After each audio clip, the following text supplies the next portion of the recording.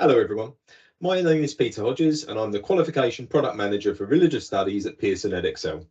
Welcome to this event for GCE Religious Studies. This session will provide feedback for the Summer 2023 exam series, and delivering the session today is our Chief of Examiners, Peter Yorchok. I'm now going to hand over to our trainer. I hope that you enjoy today's session. This is a pre-recorded training session that's designed for teachers who wish to take an in-depth look at feedback relating to our A-level in religious studies 9RSO series in summer 2023. I hope it will provide a better understanding for centres in terms of the performance of key questions, and the advice that is provided, I hope and trust, will inform preparation for the 2024 series. So I hope you'll be able to take a focused look at the national performance of candidates, learn about the variation in candidate performance throughout the different questions that were on the papers, and review feedback taken from the examiner's report. So the agenda, quickly, we have had the welcome, 2023 grade boundaries and outcomes for both AS and A-level will be next. And I'll just throw in here, if I may, whilst there are no scripts for AS today, because there were so few entries, the principles that apply to A-level will apply to AS as well, because as you will probably know as teachers, the specification, the first three sections, 1, 2, and 3 of each paper is actually the same for AS. So the principles will apply for AS as well. We will look at the aims and objectives of this session. I will then show a comparison table between strengths that are quite notable and salient and weaknesses.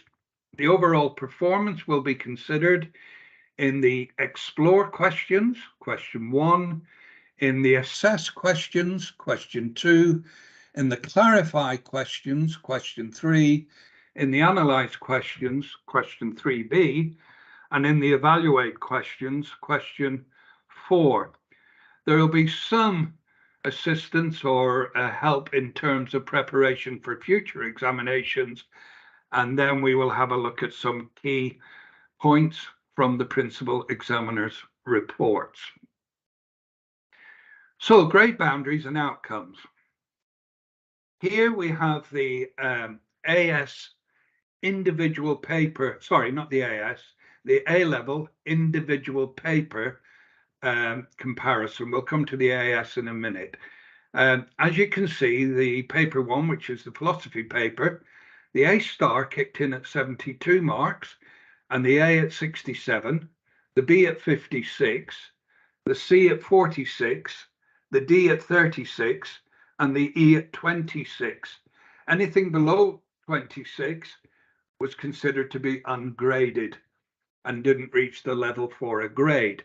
As you can see, all the papers are on the screen, and you are very welcome to look at the particular papers you teach, and I can see where the grade boundaries came in the A-level series.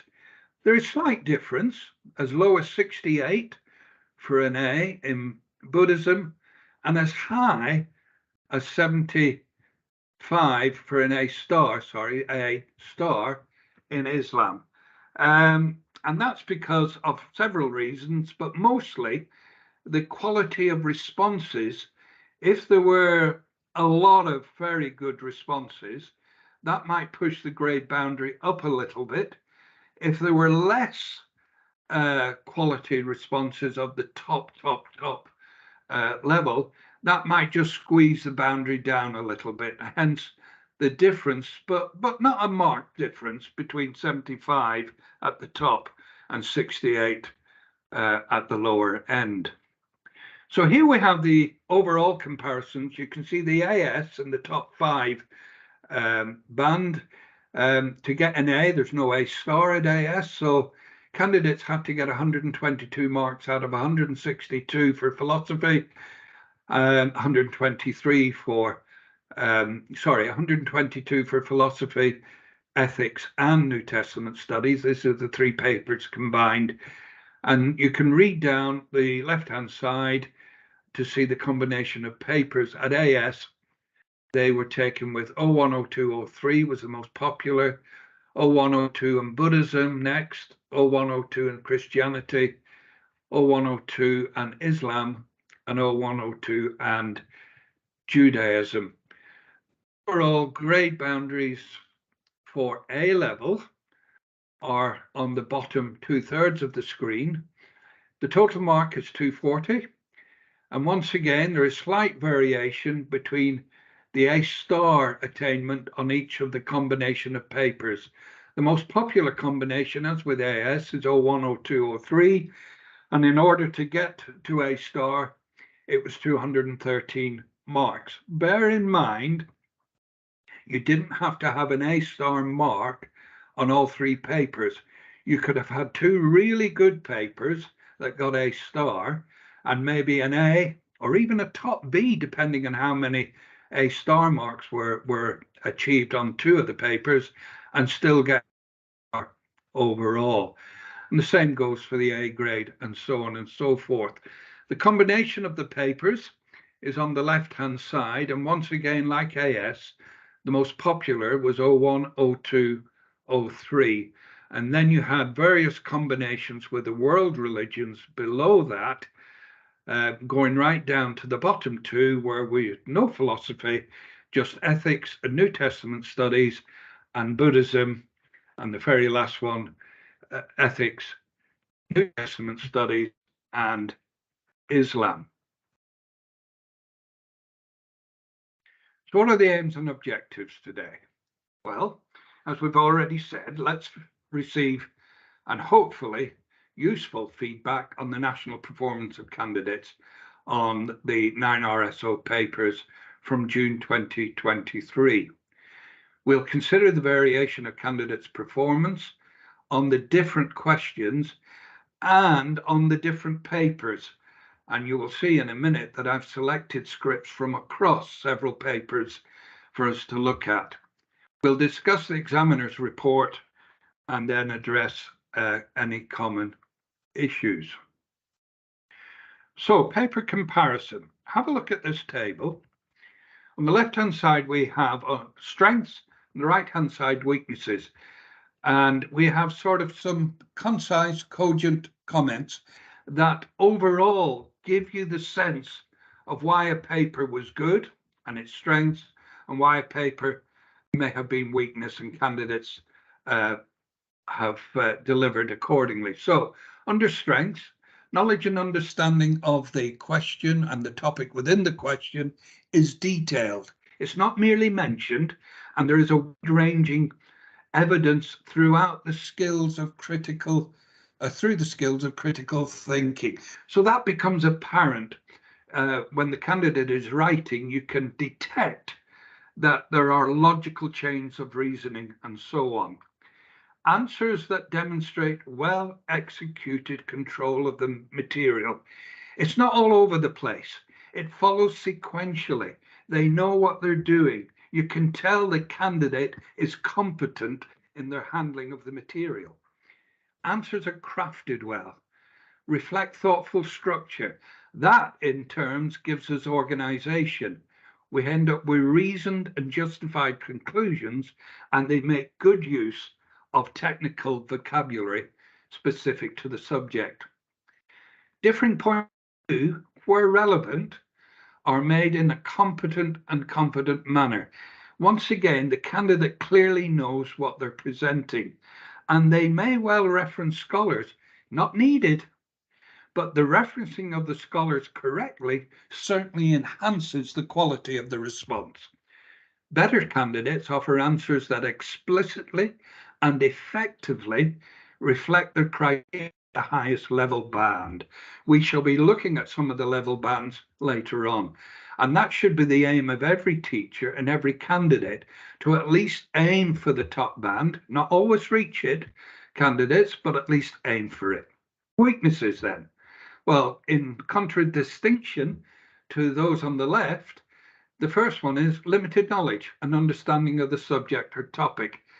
I have seen one paper this year when I was doing a mark review following a request from a centre, and they wrote 2 sides of paper for question 3B and got a 0 because they clearly had no knowledge of the subject or the topic and made no reference to the subject or topic and wrote a lot of unnecessary material. So it is possible to get 0. Candidates need to know the subject. No organisation in the answers. You sometimes get answers that are all over the place. They've got some credit-worthy material, but they haven't put it together in a way that is structured or in a way that shows they're organising the material effectively. There are limited ability to establish links between the elements of a question. So if there's more than one element in a question, the candidate needs to be aware of this and reference the whole question and not just one word in the question, as some candidates see the word and write all they can about it. The next one, inappropriate or inadequate use of subject-specific vocabulary. Some candidates use words that they don't know they're using in a situation that isn't relevant. So if they're going to use technical terms, they need to use them and apply them correctly. And finally, there is some poor grammar. There is some poor spelling. And if it is extensive in a response, then it is going to hinder the intent of the candidate, and the candidate's marks may suffer. So where possible, this aspect of the response could be improved, maybe with some sort of word process response if the candidate has special issues that need addressing. So what about the overall performance? This year, there were some really, really excellent responses. And I read many of them across all the papers in my role as chief, and it really was a joy and a delight to see some of the brilliant work that centres have obviously been responsible for, and that enabled candidates to offer a wide range of relevant material that was set in its context well across all the topics on all the papers. The majority of candidates, and I mean the majority, well into the 80–90% range of candidates, were able to respond to the various question types and to the demands of the papers overall. They had been well schooled. And so candidates have been well prepared. Most understood and met the different demands of assessment objective 1, facts, and assessment objective 2, the trigger words such as analyze, assess, clarify, and evaluate. So we're going to start and look at question 1.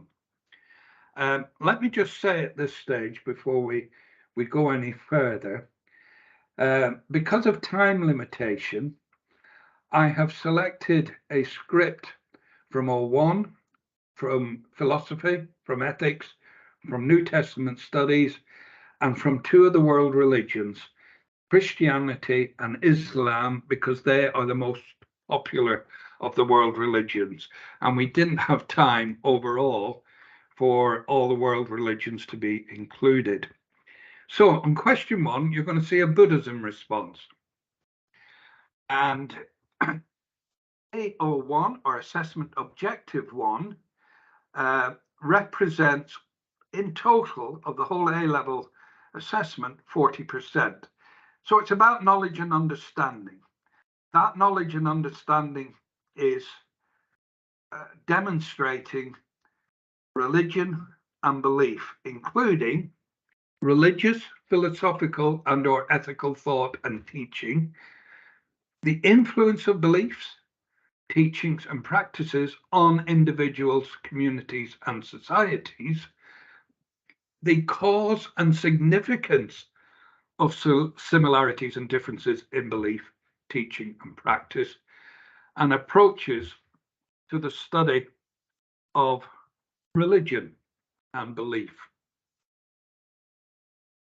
So explore questions contain facts. They have no evaluation, there's no development in that sense. So in this example that you're going to look at now, the question is, explore key features of the Ummah as an expression of Islamic identity. And as you can see on the left-hand side of the screen, better performing candidates were able to discuss key features asked for, and we'll come to them in a minute, by the question through identifying in detail relevant material demonstrating knowledge and understanding, and offered developed engagement that reflected sound understanding. And if you look at level 3 on the levels descriptor on the right-hand side of your screen, you can see a wide range of knowledge. Specialist language and terminology is carefully selected. It's used appropriately, accurately, and sustained throughout. Knowledge and understanding addresses a broad range of key religious ideas and beliefs, and comprehensively develops key religious ideas and beliefs to show a depth of understanding. So that is what we're looking for in a top answer. Explore is to demonstrate understanding by investigating different reasons, concepts, and ideas that candidates are required to offer. And so in this year's examination, the overall performance in these type of questions explore, from what I have seen and from what my principal examiners have told me, was much better than in 2022. And we are agreed this was due in part to centres encouraging candidates to be concise and ensuring they did not inadvertently offer assessment objective 2 material, which can not in itself be credited unless within it, embedded within it, it does contain assessment objective 1 material. And so candidates have become far better over the years since this spec was introduced at identifying relevant features or ideas and then unpacking them rather than using one of the evaluative terms in like assess or whatever. There's no need to do that. So explore questions allow students to select relevant points to demonstrate a wide range of knowledge. It is not just some bullet points in a response, but a wide range of knowledge that is accurate, relevant, and the points are made in relation to the intent or focus of the question. So it includes a wide range of points, the use of relevant specialist language, key terms are identified, and key vocabulary correctly used. It remains focused on the intent and demand of the question and develops each point to show depth of understanding. So what did the candidates do well? Well, they used the key terms and in doing so addressed the question. They wrote a detailed response and they showed understanding of the demands of the question. So here with this from paper 4D, question 1, explore key features of the Ummah as an expression of Islamic identity. And this candidate got the full 8 marks. And as you can see, and as you can read it on the right-hand side of the screen, there are 2 full paragraphs. 2 paragraphs that contain no waffle, no trying to say things that they don't understand. It's well done. It reflects level 3 criteria. We have the historical context of the Ummah forming a community within Islamic conditions and Islamic teaching in the first paragraph. This is developed, as we can see, because it's identified that it was established around 622 by the Prophet, and that detail is developed in the first paragraph really, really well.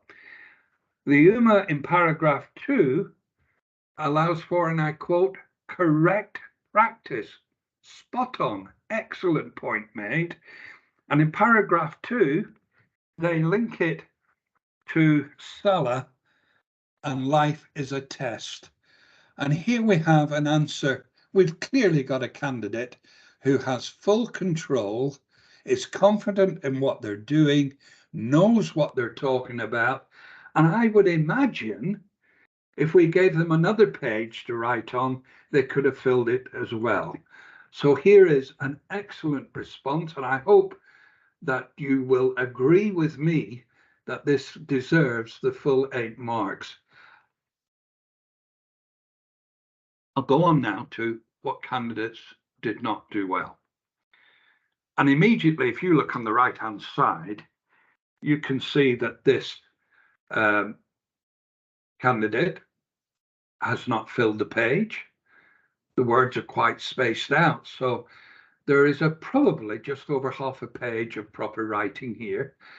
And it clearly indicates there is a lack of developed knowledge to the candidate's response.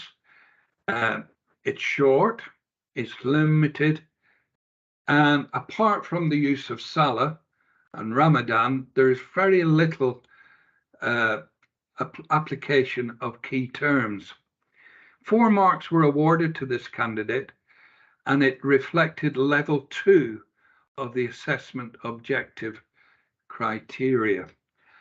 The material was simple in terms of its expression, in terms of its explanation, and they could have done so much more with it, as the previous response that you looked at clearly did. So this candidate sold themselves short. They identified some relevant material, but didn't develop it sufficiently to reflect a wide range of knowledge and understanding.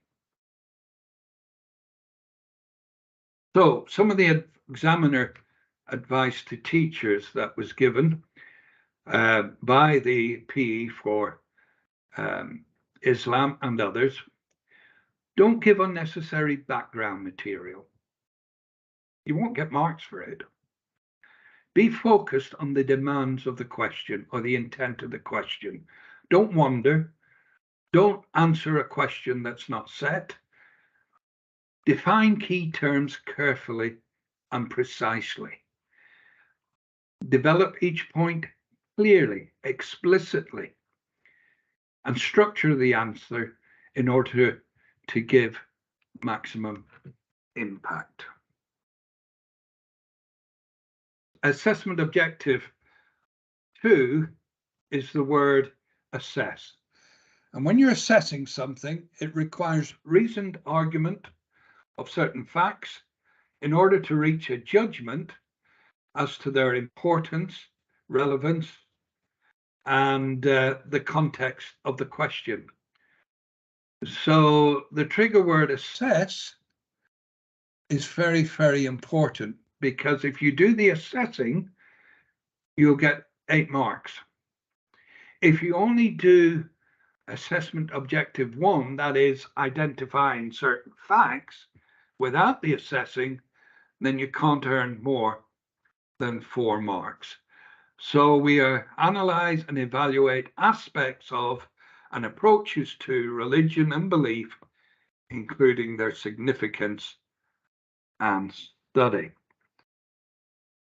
So here we have the levels descriptor on the right-hand side, and what is required to attain level 3. The question we're going to look at today is from New Testament studies, and it is assess differing views about the prologue to the fourth gospel. 12 marks are available here, but remember, if we only get a assessment objective 1 material, then the candidate will only be able to get a mark of 4 maximum. The better candidates select relevant concepts, showed a wide range of knowledge, it was accurate and appropriate. They were able to judge something in terms of its significance and provide greater understanding and interpretation of the subject being addressed. Critically deconstruct information by discussing different arguments. So, candidates are required to assess, so they need to know the material in order to assess and judge where the argument perspective sits. And may I just throw in here, that's why it's important that teachers and students teach the whole of the specification in the run-up to the exam, because the questions can come from anywhere in the specification, and candidates need to have had access to all of the spec in order to assess the relevant material. In assessed questions, candidates are not asked and therefore do not need to evaluate. What they need to do is assess in terms of identifying relevant material and applying it. So in this year's examination, once again, we felt, both as chief and PEs, principal examiners, that these questions were generally better than in 2022. And assessed questions allowed candidates to offer coherent and reasoned judgments. So here we have a response that did very well. It got the full 12 marks. And as you read through it, I'm sure you'll be impressed that if you could have given more than 12 marks, if we could have given more than 12 marks, we certainly would have. This gained the full 12 marks and more if possible. It is a wonderful response. It reflects sound knowledge and understanding. The answer is logically structured, and there is an ability evident that presents and develops differing or contrasting points of view. Just look at the context in paragraph 1 for the prologue. The prologue is a short introduction to John's Gospel. It outlines key themes in the life of Jesus, such as eternal life. This is different to the other Gospels, such as Matthew and Luke, which began with the birth narratives and genealogy. And then immediately we get some scholarly input. Hooker says the prologue is the key to the fourth Gospel. This is a concise, this is a cogent, this is an informed introduction that offers direction. We know where this candidate is going. And immediately as an examiner, once we see this, we're thinking, this is going to be a good answer. And it certainly turned out to be a good answer. In paragraph 2, assess is evident right from the start of the paragraph. And the material on Gentiles and the understanding of logos has been demonstrated. For instance, firstly, second line of the paragraph, they would have been familiar with the idea of logos, the word of God, which would help Gentiles to better understand Jesus' mission and teachings. That's brilliant. That is really good. And then they develop it. And they use the words to add to this. There are ideas of Gnosticism. That's brilliant. This candidate is a well-informed candidate. Over the page, and paragraph 2 developed the role of paraclete, the role of the Holy Spirit as Paraclete, the Logos as Paraclete, and develops it right through out the Gospel. In fact, they end up the paragraph by saying, this is also supported by the idea that themes such as Logos are mentioned in the prologue, but not mentioned in the main part of the Gospel. That really is showing deconstruction of the material and an acknowledgement of how effective the material preceding that has been expounded. Paragraph 3 on this page counters the material in paragraph 2 by comparing it to a Jewish audience. So we have the Gentile audience, and now we have some who would argue that it was written for a Jewish audience. And this, the candidate, again used scholarly support, Raymond Brown, who points out that the existence of the Dead Sea Scrolls were Jewish scrolls that spoke of themes such as light and darkness, as in the prologue itself. So this is a different point of view. It's a contrast. It's well structured in that sense.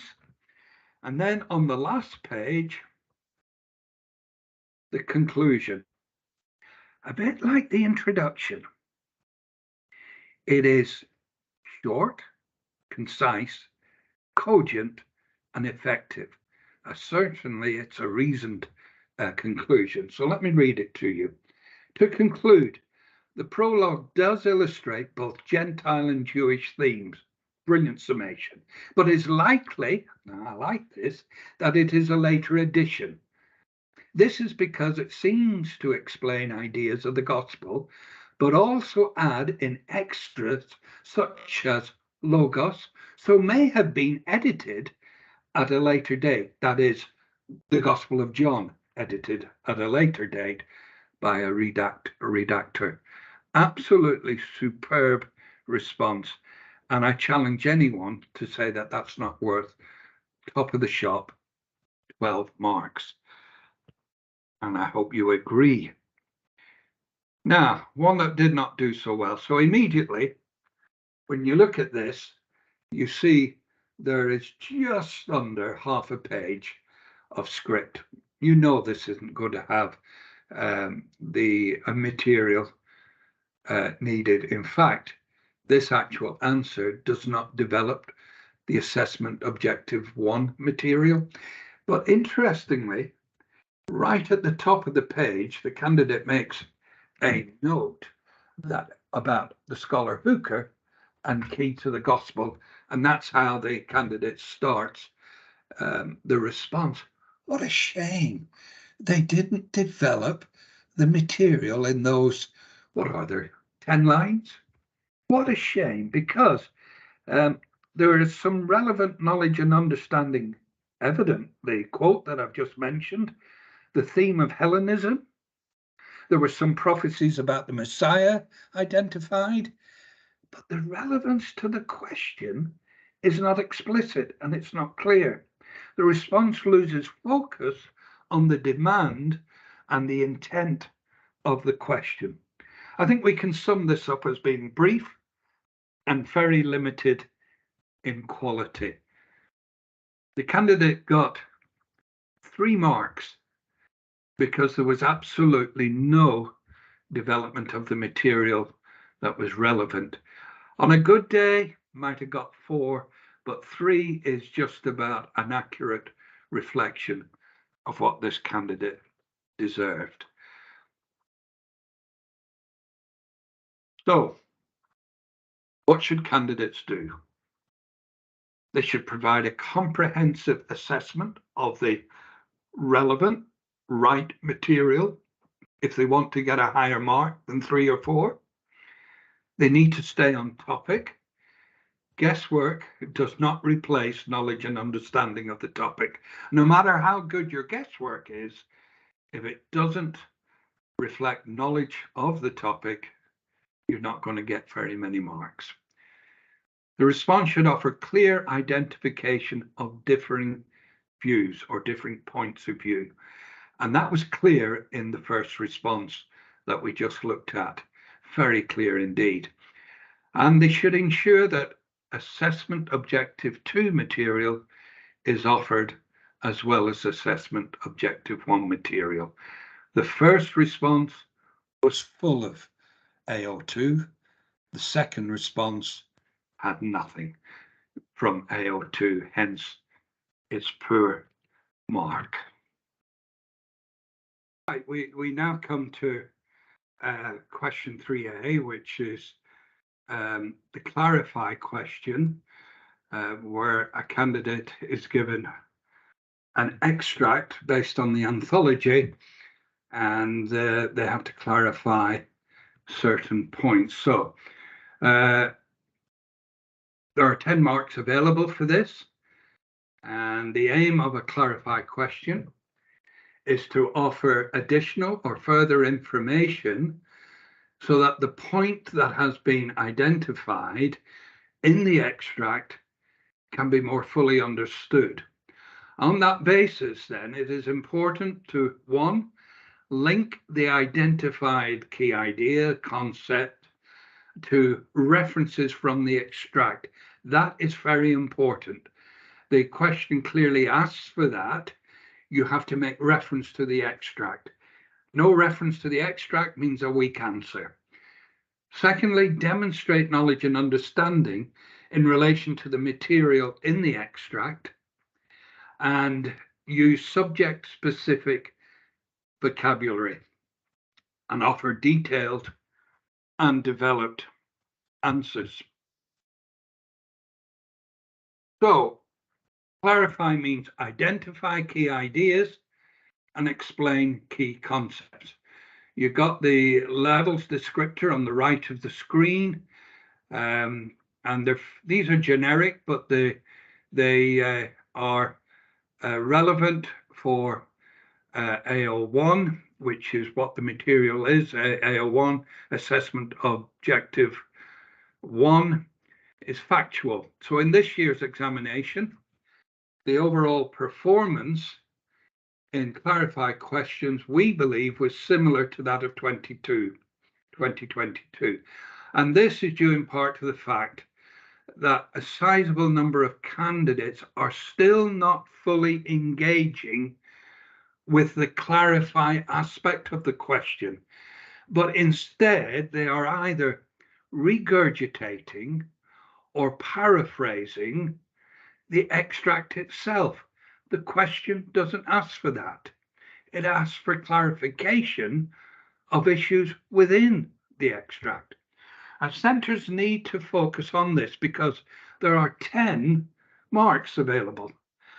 And those candidates who deliver a response that clearly does what the question asks and clarifies are going to get into that top band, level 3, with a mark between 7 and 10. Candidates that don't clarify, as the question calls for, are going to be in one of the lower bands. So clarify questions allow students to select relevant information. That is so important, centres, when you're teaching question 3A, is that they learn how to select from the extract relevant information and unpack it to demonstrate that they are able to deliver good knowledge and understanding. So, what candidates did well? Well, they identified the key ideas and concepts. They selected relevant quotes from the passage, as we shall see in a minute, and applied them to the clarification offered. And they provided detailed and developed answers. So the question was based on an extract from Hick, John Hick, and it was in the World Religions paper of Christianity. Clarify the ideas about Hick's views illustrated in this passage. And the 10 marks were awarded to the candidate. Admittedly, it's a word process response, which does make reading the candidate's response sometimes easier. It was succinct in its engagement with the extract and effectively used quotes from the extract to unpack the ideas that they identified. So it's a well done question response. It's level 3 and it's 10 marks. Paragraph 1, which is quite lengthy for an opening paragraph, but it does clarify Hicks' atonement theory within the context of Hicks' belief, and I quote, that God allows evil to exist. And that's almost right there at the beginning of that response. So you can see that the extract is identified from the metaphor of God incarnate by John Hick. He details his beliefs about atonement theory and the sacrifice of Jesus to deliver humanity from sin. Hick's atonement theory is based off his other work around the belief that God allows evil to exist. That's excellent. That is clarification. That is someone who knows what they're talking about. In order for people to close the epistemic distance, which is what Hick advocated existed between God and humanity through his soul-making theodicy. So here we have a really good clarification of the context of the response, and it's part of a good explanation for Hick's claim that there is a epistemic distance between God and humanity. The moral exemplar, which is Hick's approach to the atonement, is continued in paragraph 1, and it's clarified effectively. Therefore, it says 1, 2, 3, 4, fifth line, following the moral exemplar of Jesus in order to become as close as possible to the perfect child of God. Therefore, Hick's atonement theory sees Jesus as a moral exemplar, and that Jesus did not free humanity from sin because this would make humanity morally irresponsible. So here, the candidate here is clarifying effectively Jesus as a moral exemplar. The candidate unpacks the quote, repentance, apology, reparation, and penance, and argues that it can be carried over unchanged into our relationship with God. And by saying that, can be carried over about a third of the way down on the page, unchanged into our relationship with God, and so on, the candidate is clarifying Hick's understanding of repentance, apology, reparation, and penance, and so is using the quote effectively. Continuing in paragraph 1, below that, there is explicit clarification of the phrase reparation plus penance. So if you just read down a little bit, we get that this is Hick's belief is that sin still exists, and thus repenting and apologizing and paying reparations and penance is somewhat pointless because evil and suffering is vital. This leads Hick to continue the point where he states, I suggest that when we have offered reparation plus penance to human beings whom we have injured, there is no further reparation plus penance to be made solely for God's benefit. So the quote is made, and then the candidate says, this shows that Hick believes that once evil and suffering has occurred, one must do good, etc., etc. So uses the quote to clarify the idea represented by repentance and reparation, and then unpacks it well in that clarification, goes on to say that there is a narrow atonement model clarified with supporting material and the extract reference. In paragraph 2, which starts officially towards the bottom of the page with the words Hick's next idea in the passage is narrow atonement model. And that it goes on to clarify why it's wrong to believe in the narrow idea of atonement. And so the candidate clarifies that position. Well, in the third paragraph, Hick goes on to develop this point and ends the passage by stating, and here we again, we have a very good reference and use of the extract without regurgitating it. In other words, this quote is being applied, but it is not appropriate to express that fact by depicting his death an atoning sacrifice that benefits God and so enables God to forgive humanity. And then the candidate says, this demonstrates, I know what he means here. I'm unpacking it here. And Hick is showing that it is wrong to believe in the narrow idea of atonement theory, etc., etc. So this candidate has done really, really well. And it's a longer answer than it might appear. When an answer is word process, it appears shorter than a handwritten script. But this would normally, if it had been handwritten, gone on to 3 pages easily. So a good response, full, and clarifies excellently. So, where did candidates not do so well? Well, here we go. They regurgitate, they paraphrase, or they just don't bother saying anything from the extract itself. They may offer some referencing of the extract, but fail to explain that offering of the extract. They lack sustained development. Now, this response gained 5 marks.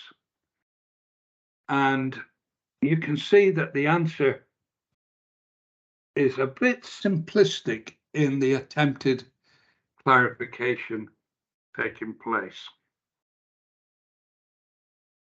So, this passage is written by Hick, who argued that atonement is received by humans. Firstly, Hick argues that when we do bad, sinful things in our lives, we try to I think they mean reparation, apologies. They don't make the full quote. They restrict it for what we have done wrong. However, this affects our relationship with God as we are going against him. Now, this is very simplistic compared to the first response. Therefore, we ask God's forgiveness, fine, so we can spend eternity with him in heaven. Maybe, maybe not. However, Hick argues that we should also apologize to the person we have hurt. Now, this is an important part of Hick's extract, to not just God. They could have made more of this. And to say for the sake of getting into heaven is a little bit simplistic, rather than discussing how that affects the relationship, as Hick pointed out, between individuals. They do mention that we should be civil to the wronged neighbor, the person we have hurt, because we are really sorry. But there's little development, there's little understanding of the thrust of the extract itself. The candidate offers one longish, it appears, paragraph. There's an afterthought about the moral exemplar, and all in all, this is a weak and simplistic attempt at clarification of the passage. I think 5 is a generous mark to get here, in my opinion. So we'll move on and look at some advice. Number 1, get your candidates, get your pupils aim to clarify cogently and concisely. No waffling, no need for it. Identify the point, the idea, and then unpack it. Don't regurgitate the extract, but instead clarify aspects of the extract.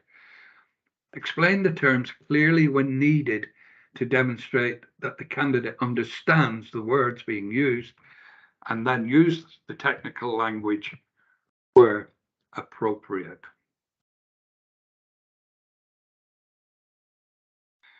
Analyze questions. Question 3B. Right, the example that we are going to show you today is another one that we managed to give 20 marks to. The question comes from O2 paper on ethics, situation ethics. Analyze means to break down in order to bring out.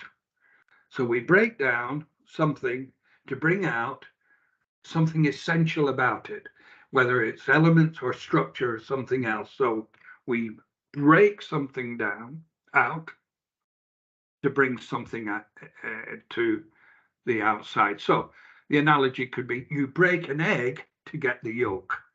So we break an idea down in order to get something essential from it. Similarly, to analyze means to break down the content of a topic, an issue, into its different elements, yolk and the white of an egg in the analogy, in order to provide a much more in-depth account and convey an understanding of it. So in order to analyze, you can ask questions. That's one way we can analyze. Ask questions and or issues to find what the connections may be and provide logical chains of reasoning.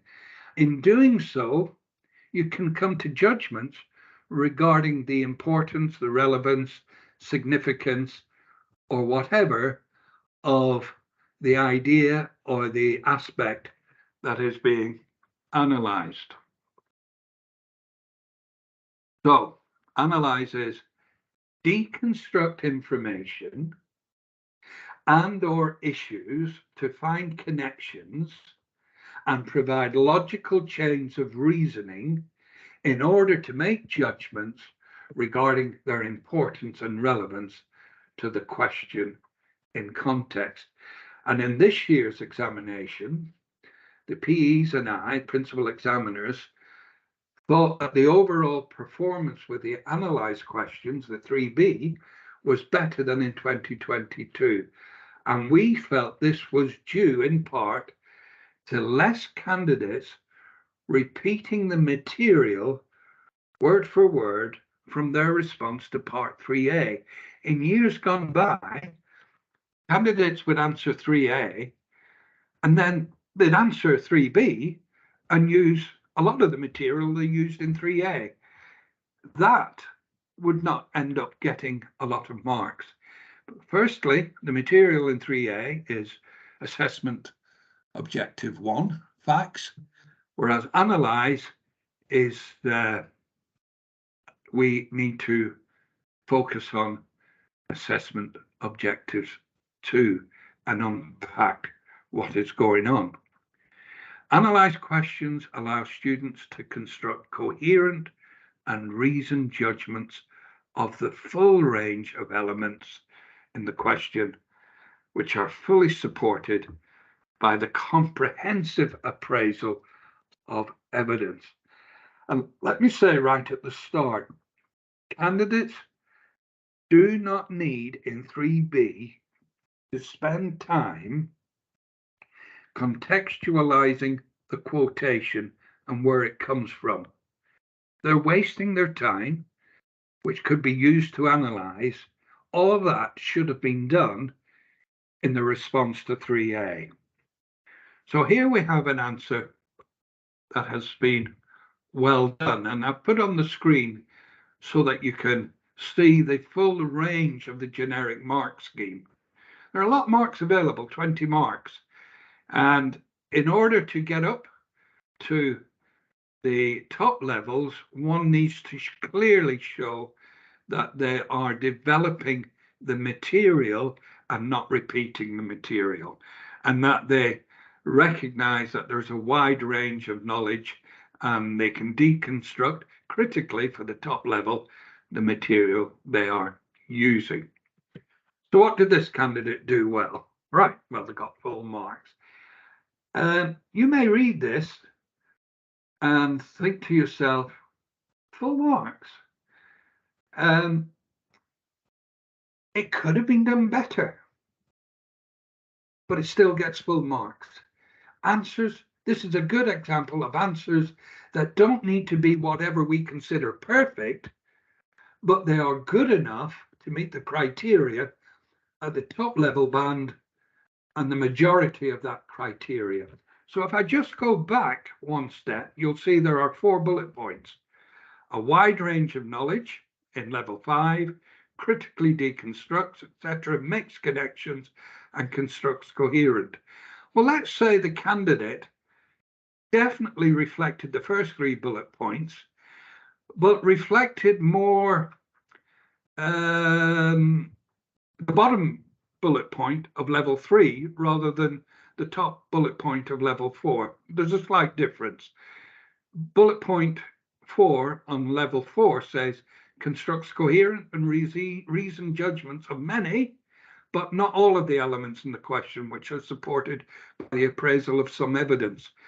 Whereas in level 5, constructs coherent and reasoned judgments of the full range of elements in the question and are fully supported by the comprehensive appraisal of evidence.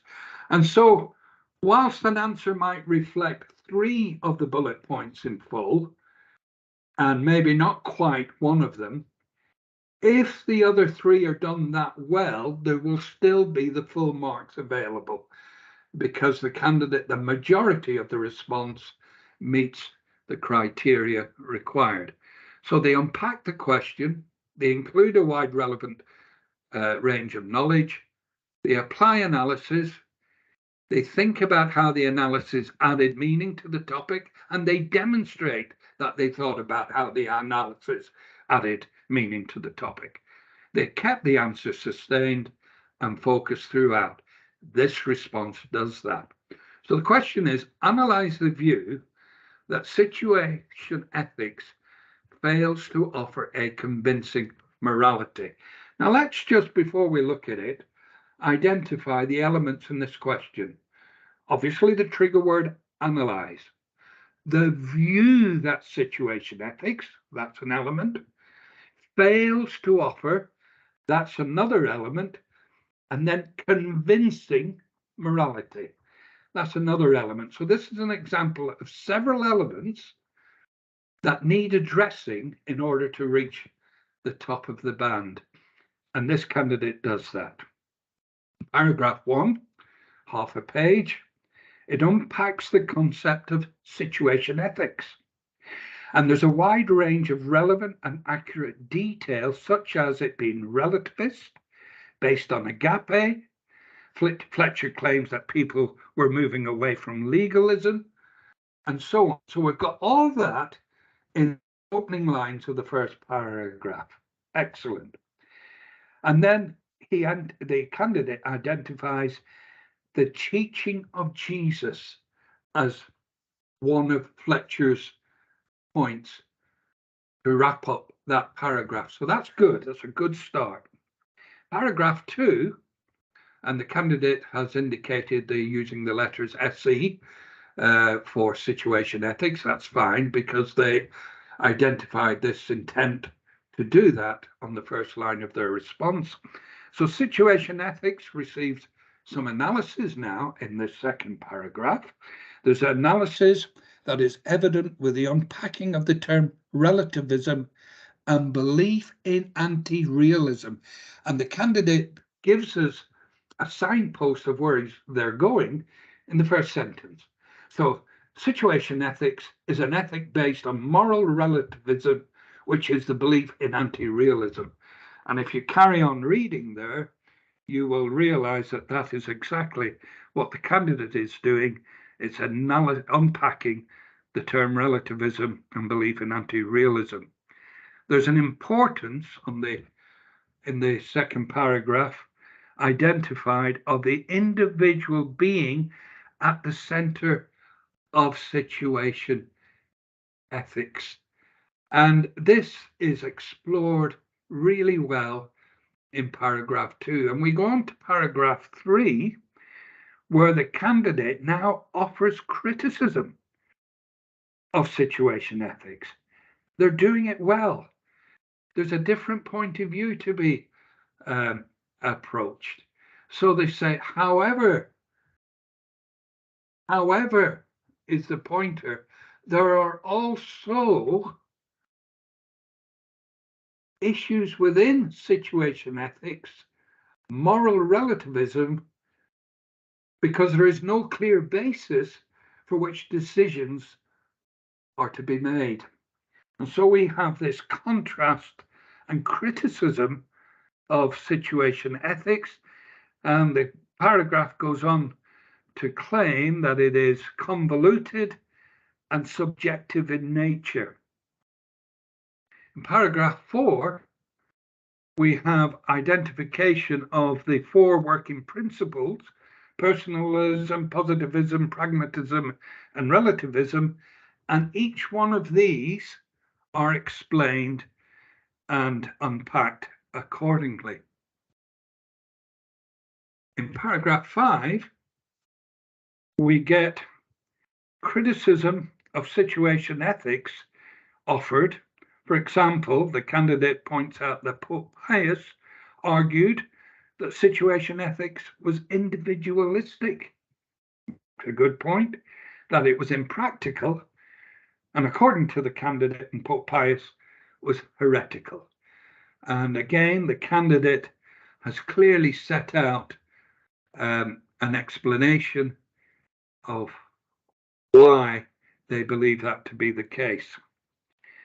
In paragraph 6, Berkeley's criticism that Fletcher's examples were extreme scenarios and idealistic. So just going back there a little bit, we can see what is going on with this candidate. It's organized, it's structured, and finally, it offers the thinking of a guy called Robinson, J.I.T. Robinson to be exact, who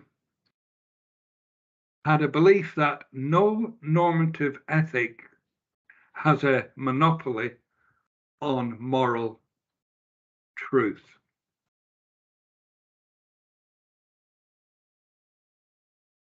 And the conclusion is concise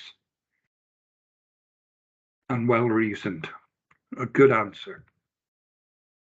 And now let's go back and look at somebody who's not done so well.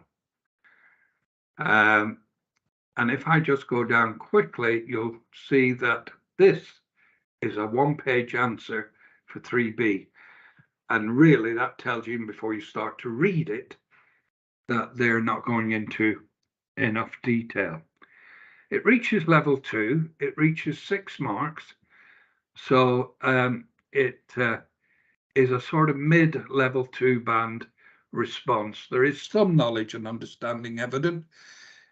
There is some analysis offered, but I make the point on the slide that it drifts into descriptive narrative, and there are limited chains of reasoning. I think limited is the best word to describe this response. Some of the relevant material in paragraph 1 lacked development.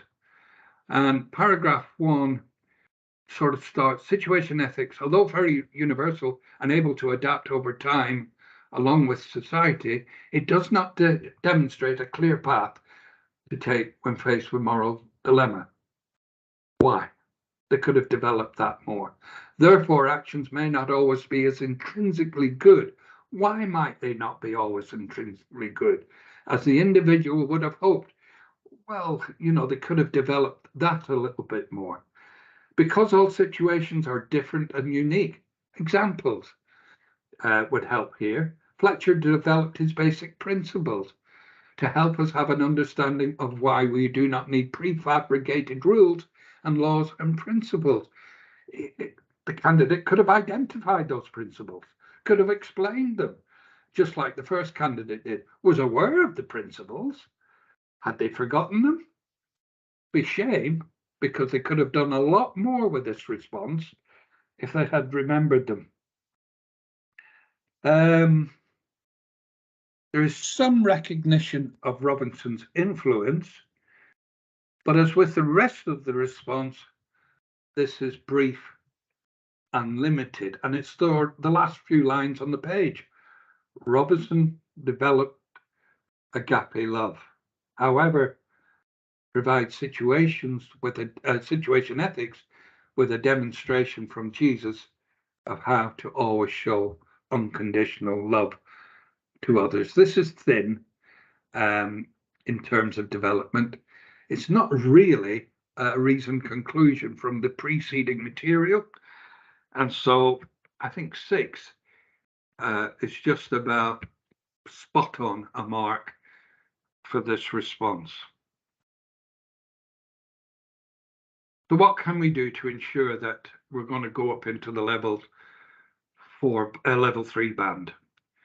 First of all, ensure that candidates demonstrate a really good high level of assessment objective to content with good reasoning and judgments. If they can learn to do that, they will immediately get up into the bottom end, at least of level 3. Ensure that material that is linked to the extract does not simply repeat material from the answer to 3A, but build on the 3A response.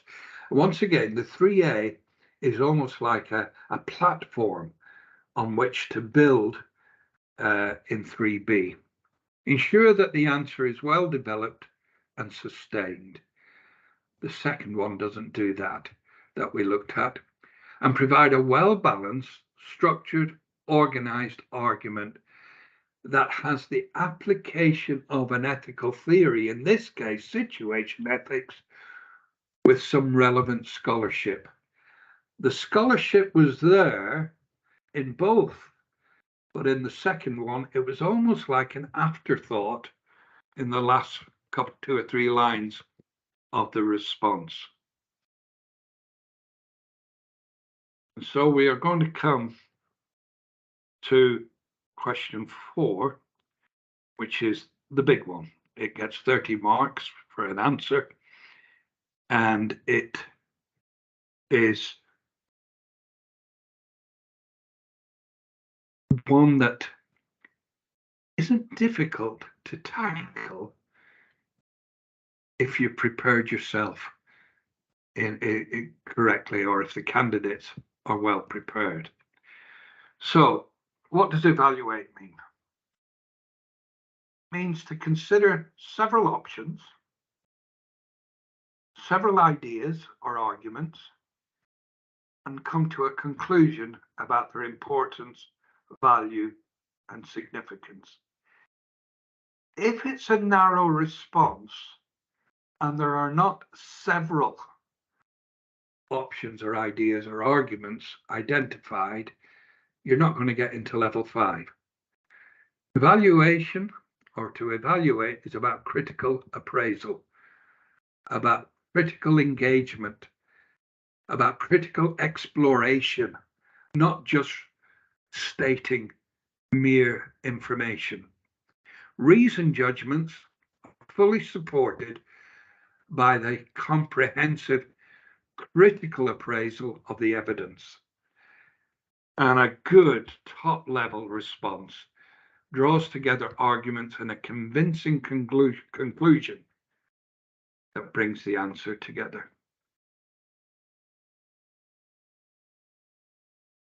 So evaluate means to review or analyze information, bring it together to form a conclusion or a judgment based on strengths and weaknesses, alternatives, relevant data, or other information.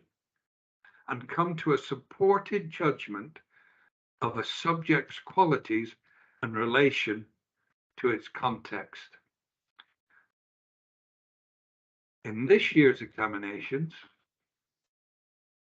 we believe that the overall performance in these question 4 evaluate questions was better than in 2022. And this appeared to be due in part to the continued fact that more candidates are explicitly making the synoptic link in a way that it's clear and not something that has been added on with a sentence at the end. And a lot of question 4 responses across all the papers, and I have seen personally answers across all 9 papers that we offer in this qualification, all the world religions, 01, 02, and 03, philosophy, ethics, New Testament studies, all of them have offered some really good level 5 material. And that's an indication that centres are delivering not only the content, but the very important aspect that a synoptic link needs to be explicit and needs to be something from another section of a candidate's studies. So the evaluate question allows students to offer arguments that are clear, coherent, and effectively supported with good specific examples. The indications of arguments are considered, and there is a clear awareness and evaluation of the material that is offered. Here we have the question coming from the philosophy of religion paper. Evaluate the claim that critiques of religious belief provide decisive challenges to religion. And as you can see, you need to make the synoptic link to either religion and ethics, New Testament studies, or the study of a religion. So answers need to be organized, need to be structured, need to be explicit synoptic links, need to demonstrate excellent control of the material, and give answers that are erudite and well crafted. You do that, you're going to get your 30 marks. You don't do that, and you don't make the link, then what's going to happen is you're only going to get to the top of level 4. No link, no level 5. It's as simple as that. So ensure that the link is explicit. Now, this candidate starts off with a plan. I believe the plan can be a good form of introduction, even though it's not a formal introduction, because it sets out the direction in which the response is going to go. It's 8 pages long. And so obviously we don't have time to read it all here. You've got it in your pack, and I'm sure you will enjoy reading it. It is detailed, it is insightful, it is sophisticated in its tone. It shows a strong grasp of the topic being critiques of religious belief provide decisive challenges to religion. The detailed plan points to what the candidate will be offering. And so in paragraph 1, which starts at the bottom of that page, the candidate offers a very good and clear, concise introduction with the direction they intend to go. The critiques of religious beliefs have significantly challenged religion in many areas. A few of these are clear in the debate about creation, the question of morality, and religious experiences. While these critiques to religion have sparked debate, the candidate's taken a position. You're entitled to have the candidates argue and give their opinion in question 4 responses, and this candidate says, I would ultimately argue that they have failed to sufficiently challenge religious belief on the grounds that these questions still haven't been solved. That is a first-class introduction that sets out the stage, sets out what the candidate is going to argue, and so hopefully we can see that they reason critically to that point by the end of the response. It's very good, it's clear and concise. Paragraph 2, immediately, there's no messing around with this candidate. It is immediately focused on the question. One reason why you could argue that critiques of religious belief have provided decisive challenges to religion is due to their strength of demystifying creation. So he gets straight to the heart of the matter. The candidate is focused on the question, and he's letting me as the examiner know that that's what he's going to do. And there is good use of scholars at this point. Copleston-Russell debate is used to support the response, and it's used well in paragraph 3. Sorry, went too quick.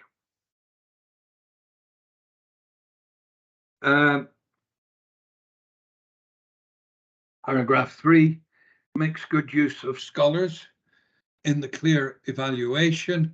So if we just back up a little bit, we have Copleston and Russell in paragraph 2.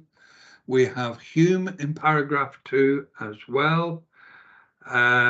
We have in paragraph 3 a return to Copleston, but Leibniz is then principle of sufficient reason is used. The candidate knows the material, is confident with the material, and is able to discuss it effectively. There is, in the 4th paragraph, there is the use of Swinburne, as you can see on the page I've just turned to now. So we've got a good wide range of scholarly input. They don't have to name the scholars, but the fact that they do to support what they're saying. For instance, on this page, God's existence, third line, God's existence, such as the universe being, quote, providential in nature, and then in brackets Swinburne, because he argued for that. They didn't need to put Swinburne in, but they did, and it just shows how competent and effective they are with the information that they are giving.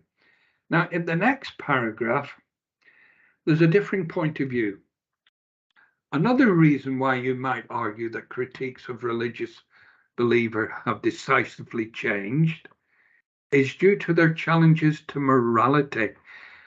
For example, now here, not only is it a different point of view, but we're getting an explicit link, synoptic link. This links to the ethical study of religion and morality. And they go on to discuss Dawkins and Sharp within that context, and they do it quite well. So these challenges to belief, they go on to say, have not been decisive. Look at the paragraph at the bottom of that page.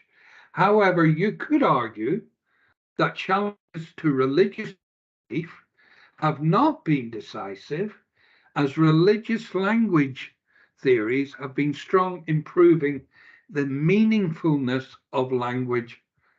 And then they bring Wittgenstein on and his language games to support the point that they're making. Once again, very good discussion that is well supported in terms of the examples offered.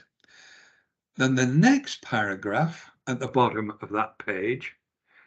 A third reason, so remember we said there had to be, if I just take you back to right at the beginning of answering this, there had to be several elements, several arguments, several things identified. And here we've got a third reason. This candidate is doing the AO2 stuff well. And what they're saying here is there's a discussion about or surrounding religious experience and criticisms of religious experience. And the candidate, once again, makes good use of relevant scholars in the area of the nature of religious experience. So there's Caroline Franks at the top of the page, William James, Freud. Excellent. Candidate has a good grasp on a lot of relevant material. And they are bringing out examples that some of these have used, whether it's Vardy right at the top of the page, or the example of St. Teresa of Avila. This is a good response. Paragraph 7 has the opening line, on the other hand. So we know we're going to get a different point of view again. On the other hand, in paragraphs at the bottom of the page, the candidate is arguing that the argument from religious experience is stronger in its nature than its critiques, and gives an evaluation accordingly. And then, sorry, I've gone too far. Here we go. It uses the example of Paul, who had his Damascus Road experience, which William James highlighted as being effable or ineffable, depending on the way you look at it. He would say it can't be described, but yet there is still a description of some sort to indicate there's been a religious experience. And then we get another good, concise, cogent conclusion. In conclusion, I disagree. So we know we're at the conclusion. We now get the candidate's opinion with the view that critiques of religious beliefs have decisively challenged religion, and then they support it.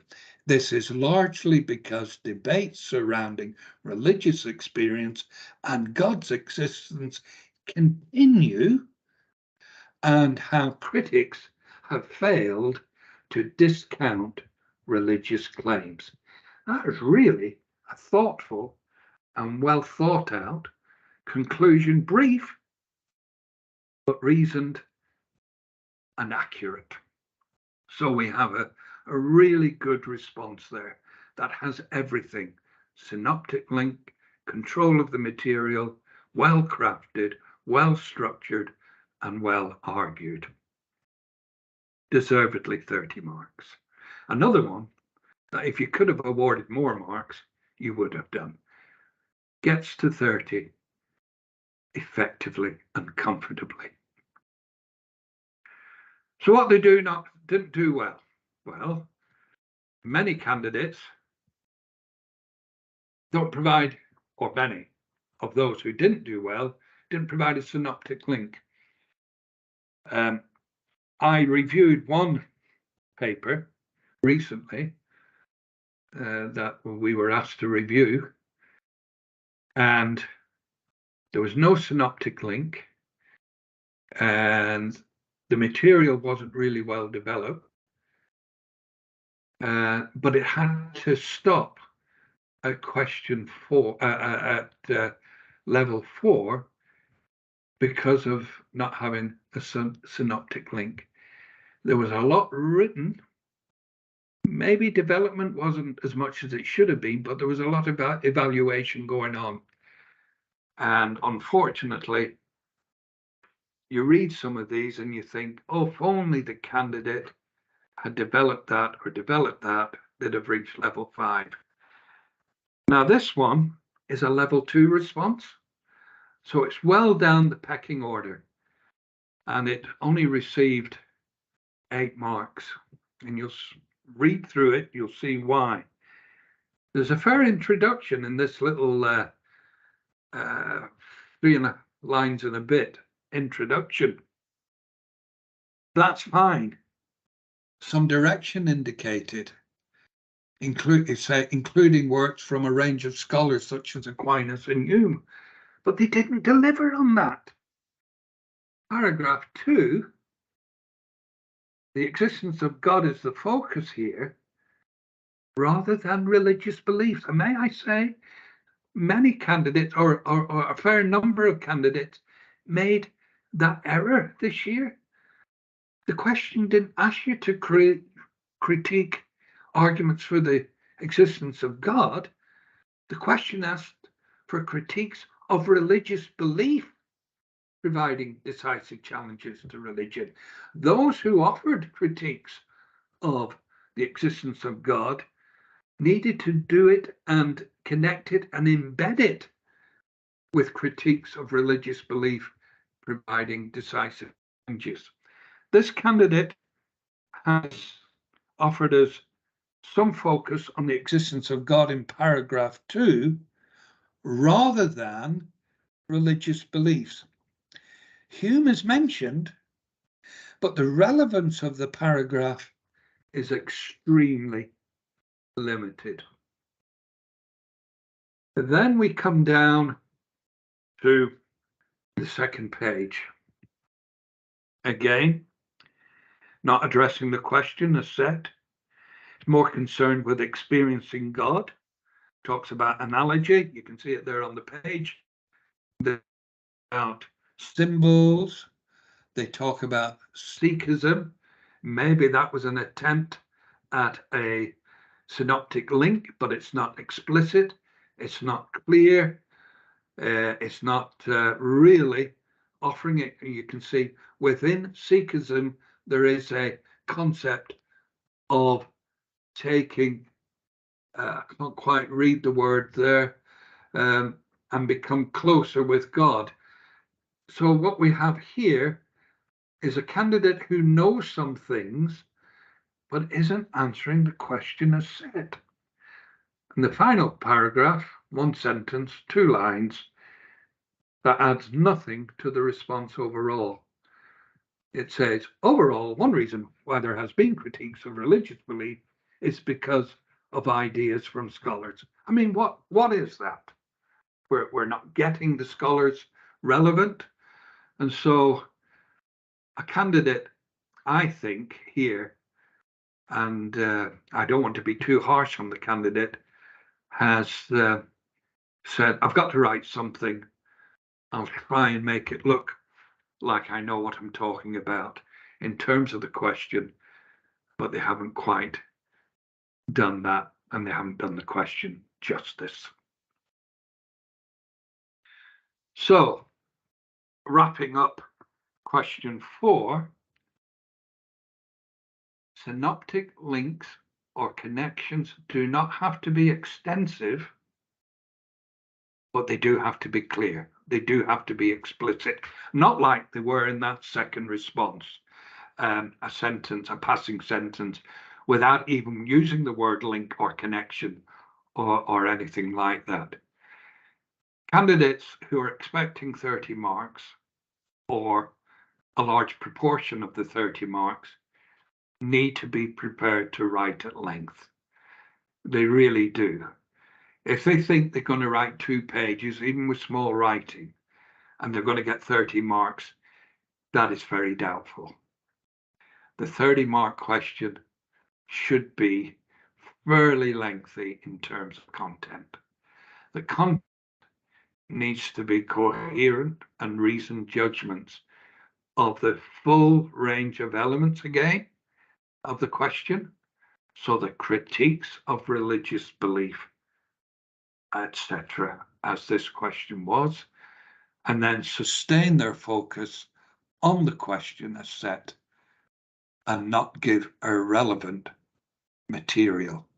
that last question, response we looked at, a lot of the material was unfortunately irrelevant, especially on the second page when it was talking about Paul Tillich's symbols and analogy and Sikhism. So, how can we help you prepare for next year's exams and so on? Well, can I encourage you? And I'm a retired teacher, so I've been where you have been. Can you ensure that candidates have access to the whole specification? I did mention this earlier, so they can answer all questions set. That is so vital. Can I encourage you to teach to the specification first and foremost? That will ensure that the candidates have accessed the material from which we will draw as examiners the questions for the papers. The questions are drawn from the spec. The questions are not drawn from resources, from books written, from other essays. The questions are drawn from the spec. If you teach the whole spec, you can rest comfortably that your candidates are prepared to answer any of the questions that we set on the papers. Encourage your candidates not to overwrite for question 1 and question 2. I would say, and I haven't done the analysis for this, but from what I've seen, question 1 is the biggest problem for candidates overwriting. There's only 8 marks. And I have seen additional pages of 2 and 3 pages for question 8. Well, that time is lost. It's lost for the 20 mark 3B question, and it's lost for the 30 mark question 4. Any candidate who's writing more than a page is self-penalizing themselves on question 1. They can get the 8 marks comfortably, and you saw that from the very first Buddha script that we looked at in question 1. 12 mark questions the same in the sense you are given 3 pages. That's more than adequate to get 12 marks. I've seen 12 marks given for 2 pages, for 1.5 pages. It's about content. It's about quality of content. And I've seen some 12 mark questions extend to another 3 or 4 additional pages attached to the script. Sorry, all that is not going to get you any more than 12 marks. So candidates need to learn to write their 8 and 12 mark responses in a more concise manner.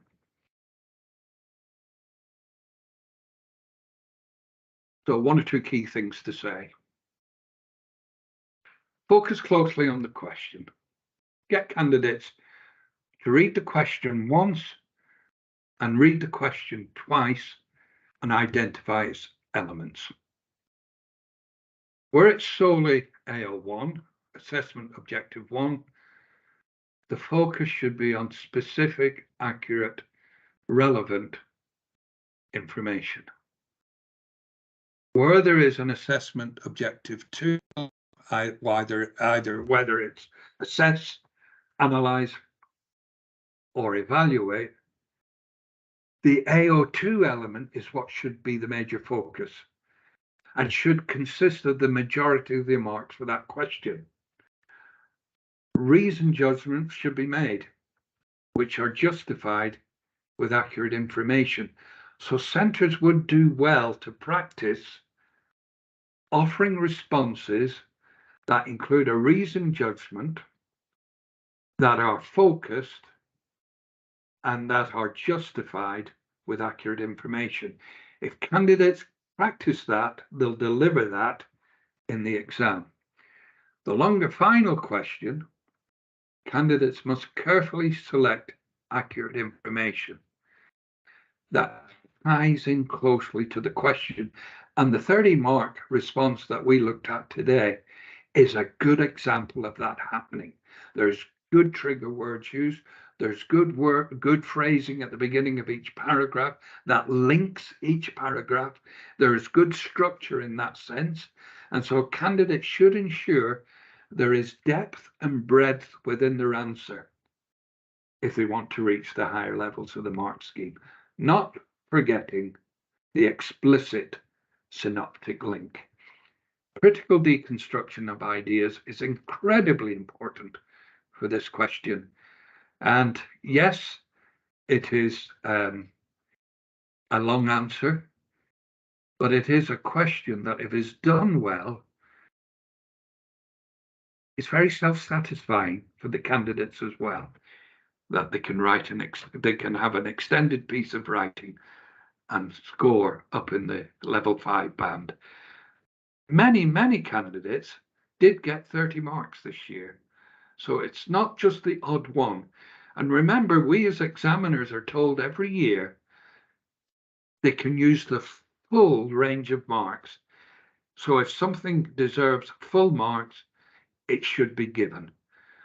And you shouldn't expect examiners not to give it. They will give it if the response is worthy of it. To find out more, you can go to Pearson Professional Development Academy as shown on the screen, and you can get lots of good information there. This is the lovely Susan Kerry, who is the subject advisor support. Susan has produced lots and lots of material, and I'm sure your centre has received relevant information from her, but you have the information on the screen if you'd like to contact her for any other updates, etc. And Susan would be a good person to approach. Thank you.